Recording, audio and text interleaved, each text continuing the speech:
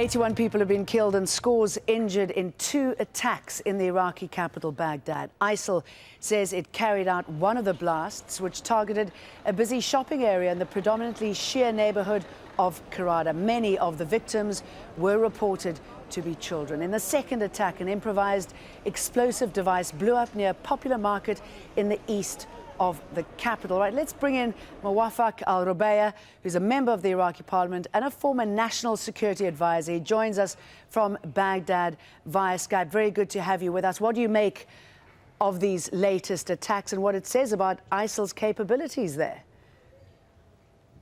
It's quite expected, to be honest with you, because they're losing considerably on the territory. They lost Fallujah, they lost Ramadi, they lost Tikrit. So they're no more, they cannot, this self-proclaimed evil Islamic State, if you like, they're losing on the ground, so they cannot claim that they have territory. They're defending that territory, and they are a state as they claim.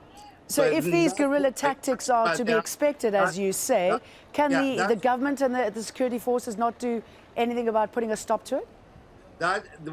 Because they are losing on the territory side, they resorted to classical, traditional terrorist acts.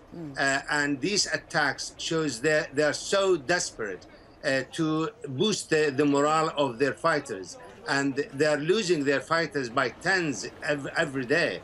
So I believe these type of attacks are going to increase in the fault lines between the Shia and Sunnis, trying to trigger a civil or sectarian war between the two communities. And I think they will fail in this also miserably on that. Now, you were the former national security advisor. You were battling al-Qaeda in Iraq. Why do you think al-Qaeda was so successfully able to morph into ISIL? Why couldn't they be stopped then, and what's the challenge now? I think this is the underlying reason, the root cause of all these terrorist acts all over the world, from Afghanistan to Yemen to Boko Haram to Libya to Iraq to Syria to 9/11. The root cause, the underlying cause, is this evil faith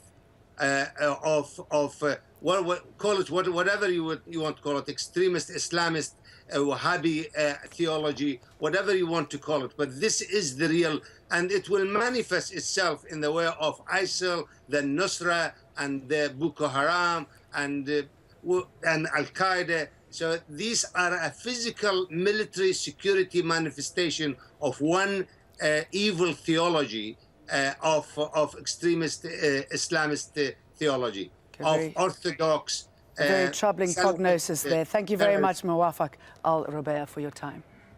Thank you.